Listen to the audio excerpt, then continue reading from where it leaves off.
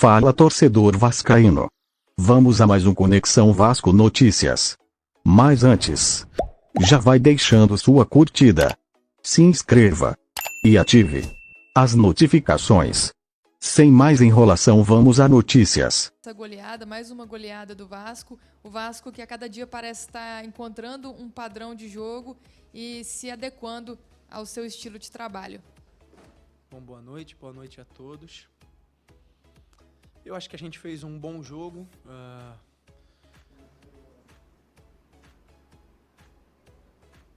Pode seguir?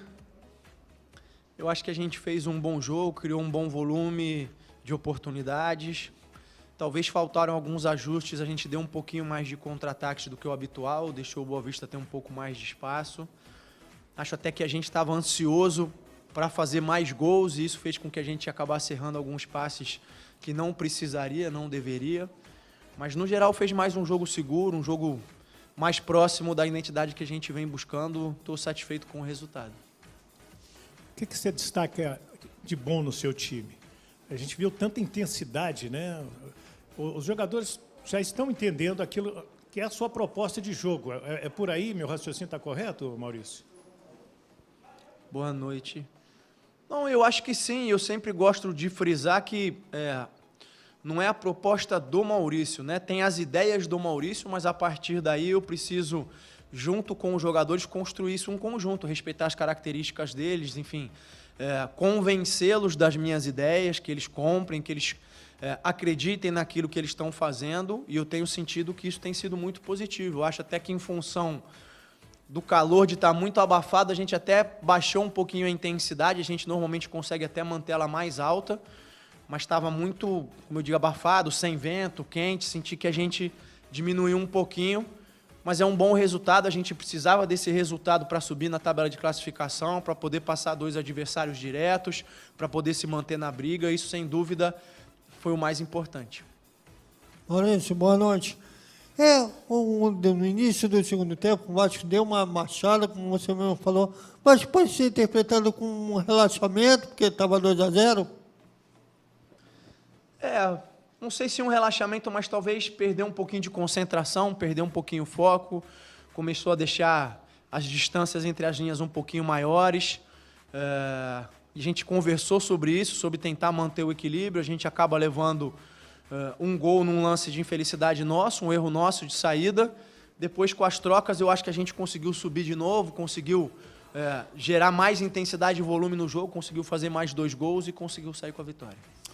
Boa noite, Maurício Barbieri, Dieguinho do canal Futebolaço, parabéns pela vitória.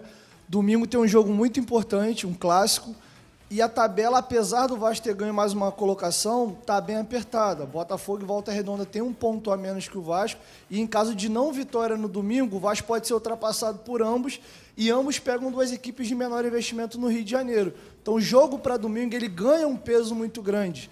E aqui vai uma pergunta já um pouco diferente. A gente sabe que, a gente já falou um pouco disso, que o brasileiro ele é muito resultadista.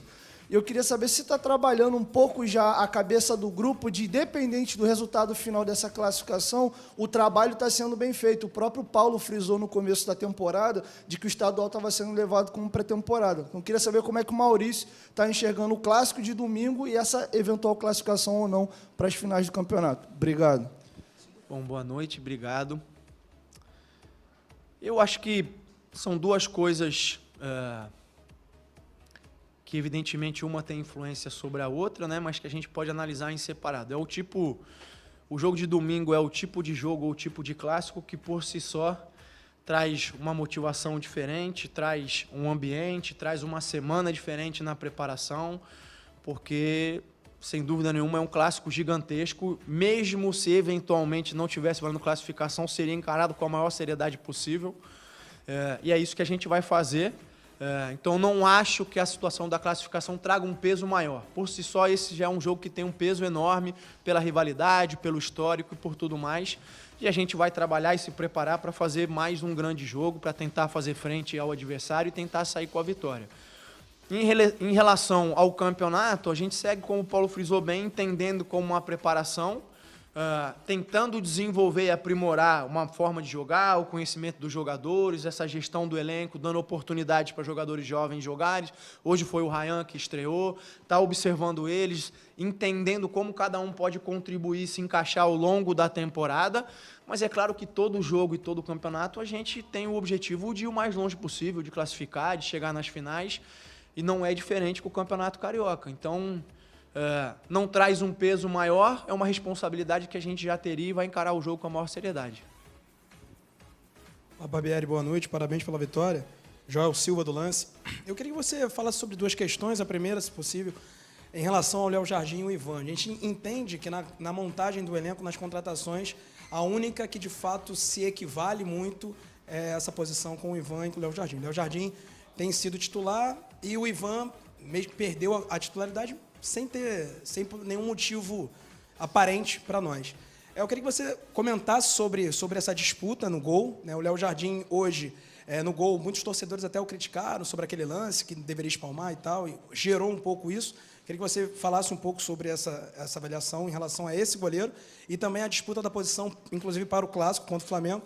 E, se possível, dar um panorama sobre os jogadores, o Figueiredo, o Marlon e o Robson, eles estarão no Clássico? Obrigado. Tá. Primeiro, em relação aos goleiros, a gente iniciou as conversas e a contratação do Léo até antes do Ivan. O Ivan sempre soube disso.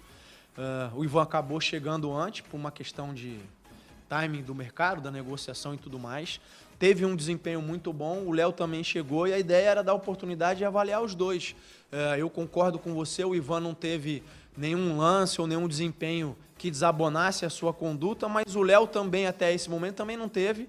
E a ideia é ir acompanhando. Eu não acho que o Léo tenha tido falha no gol. Fez uma grande defesa até antes disso, uma defesa espetacular. E a gente ganha com isso. A gente tem dois ótimos goleiros. O Raus, que fez o clássico contra o Botafogo, foi muito bem também.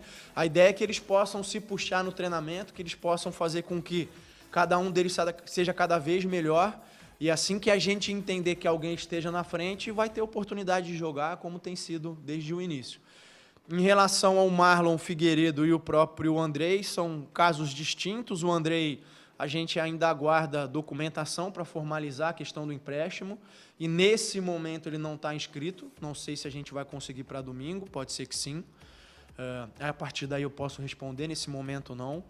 O Marlon e o Figueiredo estão num processo de transição, mas ainda não iniciaram os treinamentos comigo, né? E é importante esclarecer isso para o torcedor.